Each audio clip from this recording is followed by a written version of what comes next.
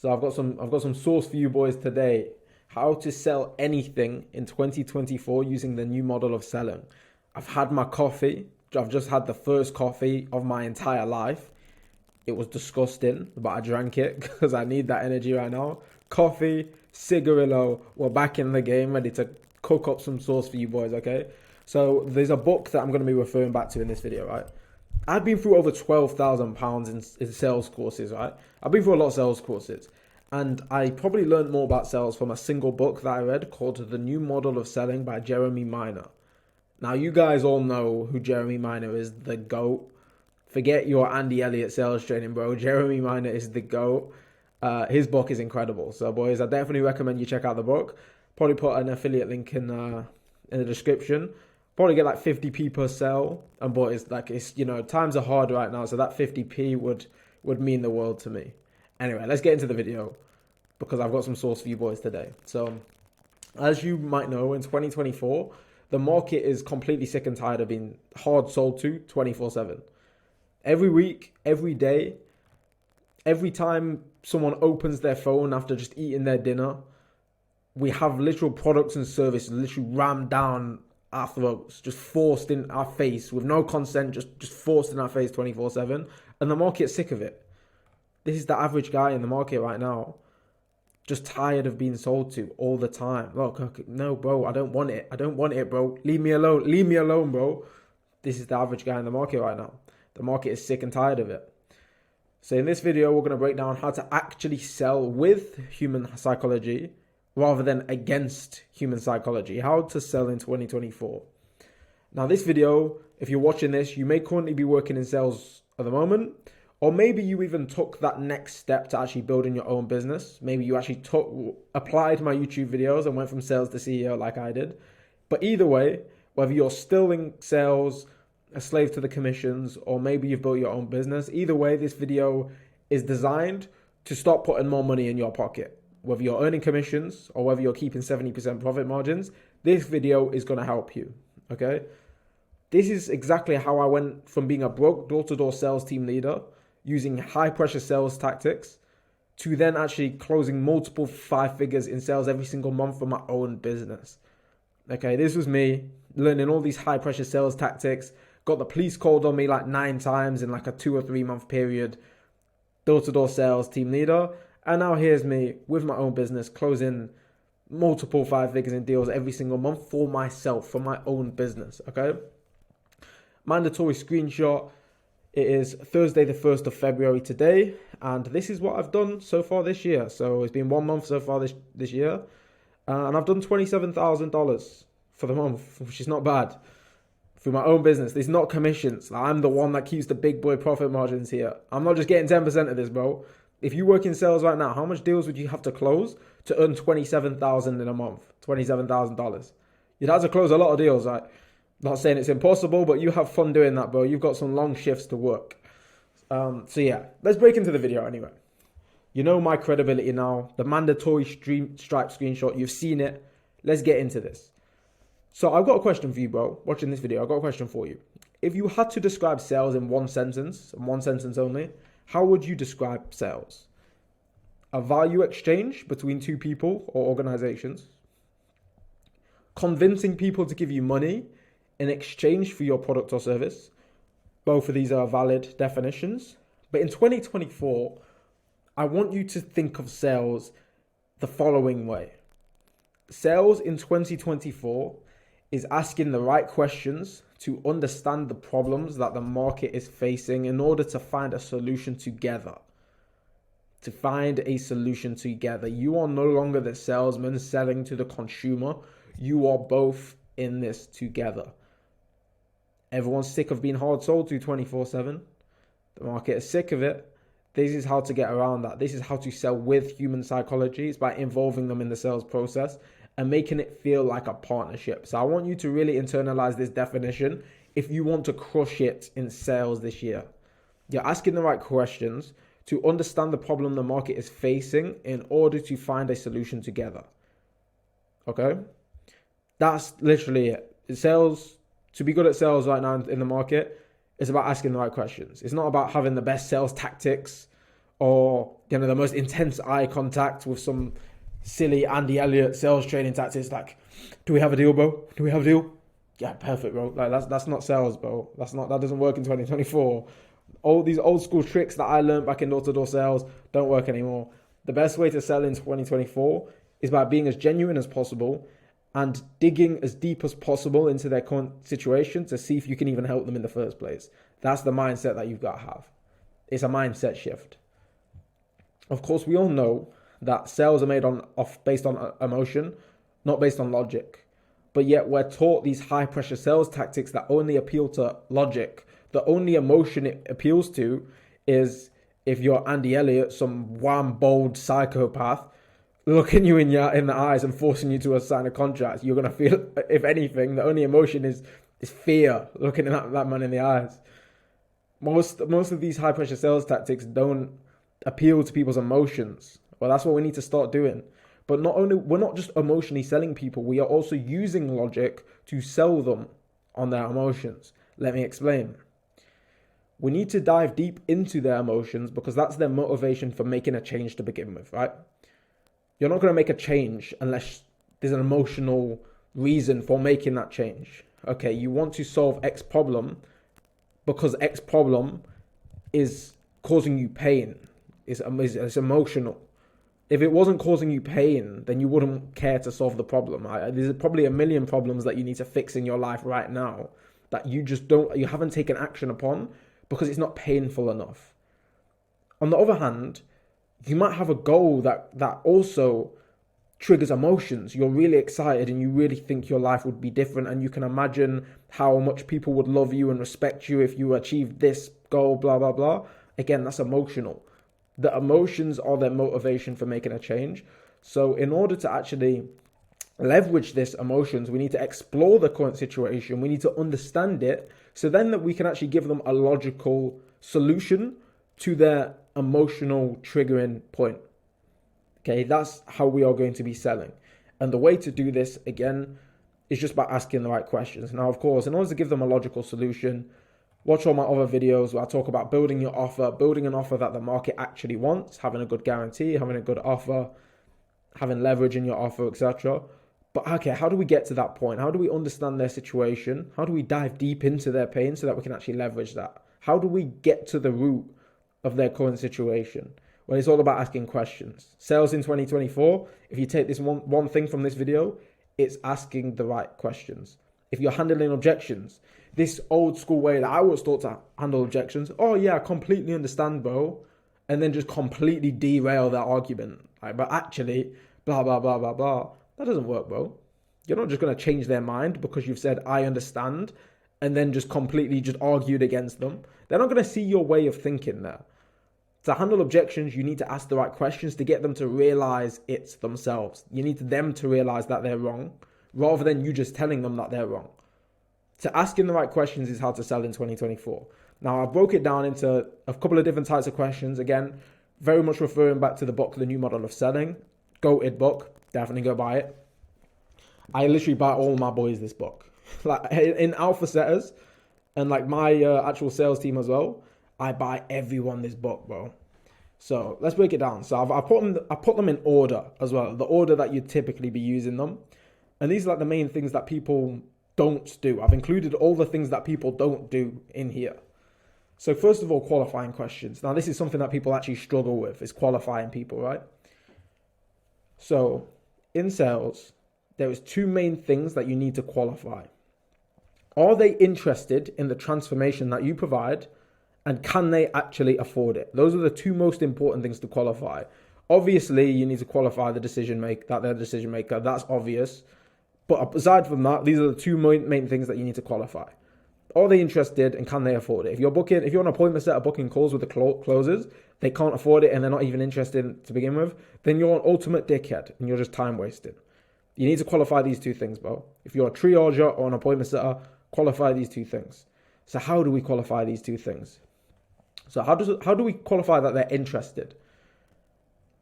Why is it exactly that you're looking into blah, blah, blah, blah, blah? There's a reason why they opted into your email list. There's a reason why they followed your page or gave you their phone number, right? Why is it that they have been looking into this? Or why is it that they followed the page, etc.? Ask them why. Most of the time, if you ask them why, they're going to tell you what interests them about it. Once they tell you what interests them about it, okay, perfect, you know they're interested. Second question that I've put here, how do you see this being beneficial to you and your company? So they know a little bit about what you do. They're like a little bit solution aware. Obviously, you've got the tiers, not aware, problem aware, solution aware, product aware. You're going to be targeting people at this stage that are problem aware, solution aware. What is it about this that they think is beneficial? And then they're going to repeat back to you why they need to solve X problem or why they're looking into this. That's going to tell you that they're interested. If they don't know, then they're probably not interested. Second, can they afford it? Now, this can be a sensitive one, right? Asking someone for how much investment capital they've got, etc. But this is how to get around it. This is how to ask the question in a way that doesn't really turn people off. Do you have anything set aside to invest into achieving X desired outcome if you do find what it is that you're looking for? You're making it very clear that it's not to invest in you, it's not to invest in anything specific. It's just if you find what you're looking for, do you have anything set aside? Super good way of qualifying if they've got money. You can also add their name into it as well. Like, okay, Temi, is there anything that you've got aside right now to invest that if you do find what you're looking for? Cool. You can add their name in there to make it sound more personal. If you were to find what you're looking for to help solve X problem, what type of funding would you have to put into it? Basically the same question, just a different way of wording it. What type of funding would you have to put into it? Yeah, again, it's like you're using wording that's not really gonna put people off. If you just say like, do you have a budget for this? People don't like you putting their cards on the table, right? So yeah, those are the two main things that you've got to qualify. These are qualifying questions. Of course, I'm not just saying copy these, but these are some examples, right? Next, we've got probing questions. Now we need to start digging. Obviously, I'm not including the basic bitch questions, what's the main bottleneck holding you back from achieving X desired outcome, blah, blah, blah. We know these questions, right? In fact, let's assume that you don't know these questions. Of course, you want to ask questions to figure out what is it that your prospect is struggling with? What are their goals in the next 3 to 6 months? What's holding them back from getting there? How come they haven't achieved that already? You want to ask these type of questions to get a rough idea, what are they struggling with? Once we've asked these questions, now we can go into probing questions. Now, let's dive into probing questions. Great salespeople are great at sales because they actually take the time to go deep into their prospect's current situation. Instead of just finding a shallow pain point and then trying to leverage it. So the questions that we just spoke about, okay, what are your goals and why are you not achieving that goal? Most salespeople just leave it there and move on. But no, we're different. We're better. We're going to go deeper. Great sales reps go so much deeper than just the surface level of, okay, you found a problem, but why is that painful? How long has that been going on for, man? Use your tonality. Show that you're actually concerned for them. And that's going to make it so much worse for them. Like that. Now they're going to start deep in it. Now in their head, now that you're showing genuine concern, no one's shown concern for them before. Now that you are actually showing with your tonality that you're concerned, they're like, oh shit, like this is actually bad. This is bad, right? How long has that been going on for you? How has that had an impact on you, bro? What would you say bothers you the most about that, man? Asking questions like this to go like even deeper into the pain. We're really extracting like the emotional side of things here. Like I said, we need to fully understand the prospect's current situation in order to even offer them a solution to begin with, right? That's what sales is. Go deeper into the pain. Even further, like let's get even deeper. And people don't feel comfortable asking these questions because they feel like it's too deep. But this is how deep you should be. If you can't be personal with your prospects, then like, how are they going to trust you to literally throw 10 grand at you over the phone, You need to get personal. Consequence questions. Make the prospect realize that they need to actually take action in order to move towards their desired situation. Continue to go deeper. So you've just asked them, okay, how would this have an impact on you if like you didn't find what you're looking for? Actually, no. You've asked them, okay, how long has it been going on for and how has that had an impact on them? Now you're going to continue with this, but with consequence questions. Say, What would happen if you weren't able to find a solution to this problem? What would it do to you personally if you didn't find what you're looking for? Have you considered the consequences of not doing anything? Again, you're making them realize that, oh shit, they've actually got a serious problem here and they need to find a solution. You're working together, but just by asking these questions, one, it's great for them to tell you because now you understand, okay, they've actually got a problem here. But the main thing about asking these questions is getting themselves to tell themselves, because let's be real, most people are not self-aware enough to just write down their problems on a piece of paper and analyze how this is actually affecting their emotions on a day-to-day basis. When was the last time you did that, bro? You didn't. Most people don't do this. Most people don't even realize the depth of their problems, their pain. So by you asking them these questions, they're telling themselves. They're telling you yes, but as they're saying it, they're telling themselves. And they're realizing in their head, oh shit, this is bad. This is really bad. On paper, this ain't good, bro. We need to solve this. And that's what you're doing as a sales rep. You're solving this with them. You're working together, like I said. So probing questions, consequence questions, we're just diving right into the deep end, boys. Right into the deep end of our prospect's current situation. And now we can start to advance the sale. Only once you understand these things about your prospect can we start to advance the sale. And that's when we get into commitment questions, boys. Who's liking this video so far? Are we cooking? Are we cooking or not? Let me know. Let me know, boys. Leave a like. So next, we need to ask permission to advance the sale. Like I said, people don't like being sold to. They like to feel like it's a partnership. We're doing this together. You know, you value your prospects. Ask permission to advance the sale. Is it okay with you, bro? You know what? No. If it's okay with you, bro.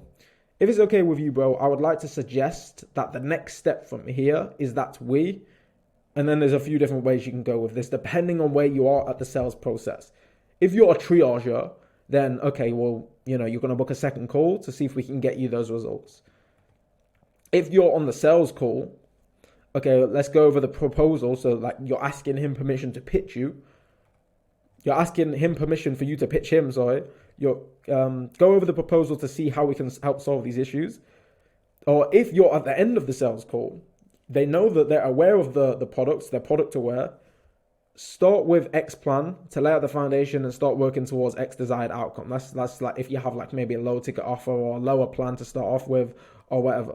There's a few different ways that you can go with this, but you're asking permission to advance the sale. Would you be opposed to that? You're fishing for the no. Alex Hormozy, I think, made that popular, but people feel a lot more in control by saying no rather than saying yes. So and it's a lot easier for them to say no, which is why would you be opposed to that? It's very, very easy question to get the yes without them saying yes. Then, after this, do you feel like this could be what you're looking for in order to hit the goal? Then they're going to say yes, they're going to say no. If they say no, well, either way, you need to ask why. But if they say no, then you've got some objection handling to do. If they say yes, ask them why. And this is called confirming the sale. Let's move the camera. Yeah, this is called confirming the sale. They're going to repeat back to themselves why it is that they think your solution is what they're looking for. They are now selling themselves on the offer. Again, like we spoke about before, it's great for them to tell you these things. It's great for you to know as well.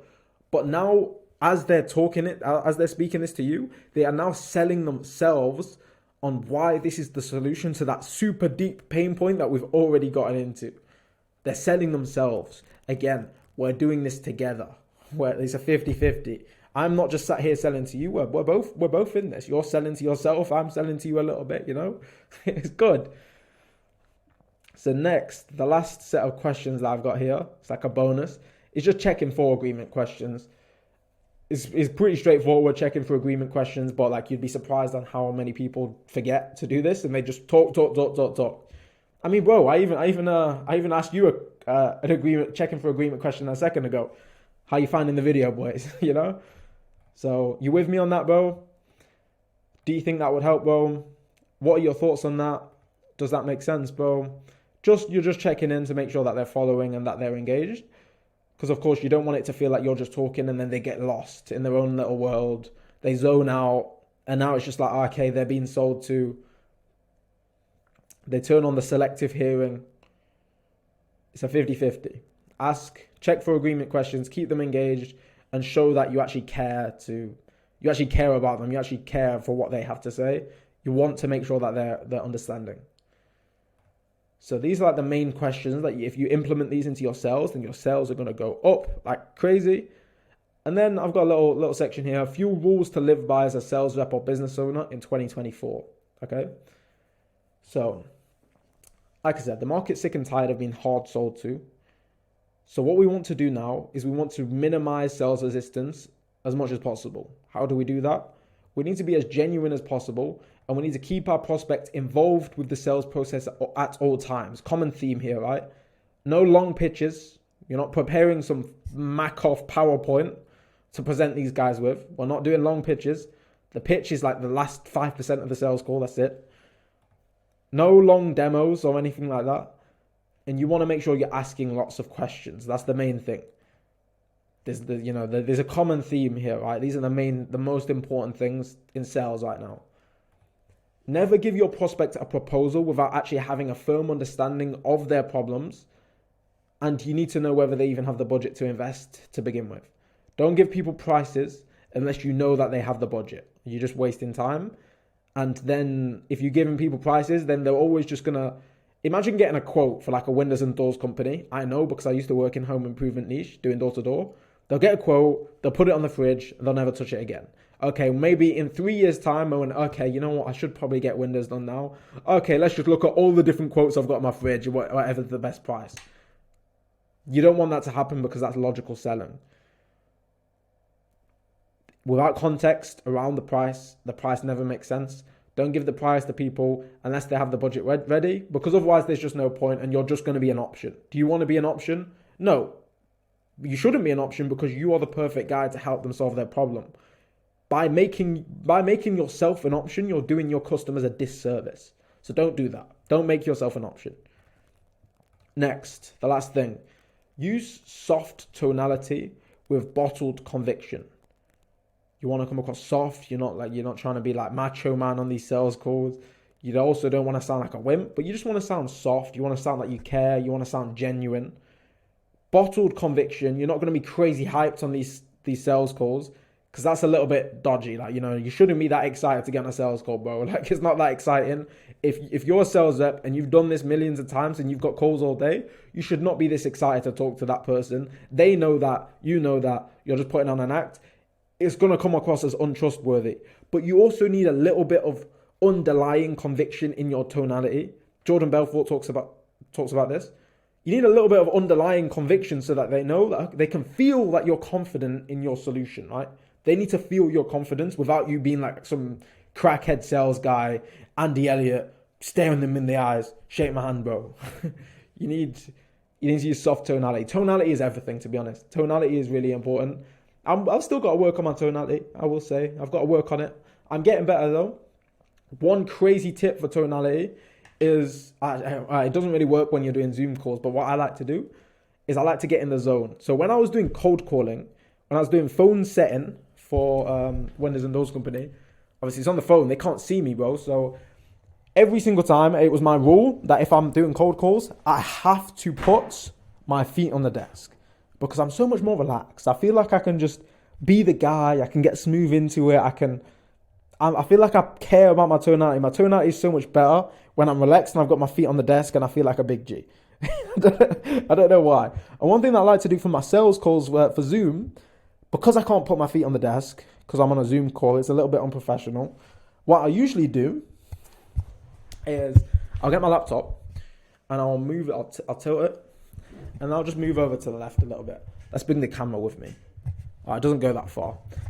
Well, I'll move to the left so that I can rest my arm on this part of the table and I can sort of lean a little bit. So I'm relaxed, confident posture. I'm leaning back. I'm not leaning in because I'm needy and I really want them to.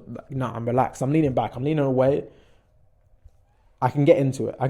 That's just my personal preferences. This, maybe you guys are judging me right now, but that's what I like to do. tonality is so important. Definitely work on that. Something that I'm still working on. And this is all things that are going to help you come across more genuine and more trustworthy. So I might make a part 2 to this video if you want me to. The part 2, I could definitely go into objection handling if you want me to. So comment below. If you don't comment and let me know, then I'm not going to make it because I'm going to assume that you don't want the video. But yeah, make sure to hit the like anyway. If you are still working in sales and you want to ditch the sales job so that you can actually close 27K and keep 25 of it rather than just keeping your 2,000 in commission, 5,000 in commission. If you want to ditch the sales job and stop earning 10% commission, actually be your own boss, your own CEO, working less hours and pocketing more money, then you know what to do, boys. Just shoot me a DM on Instagram. It's February, it's a new month. We've got 4 slots open.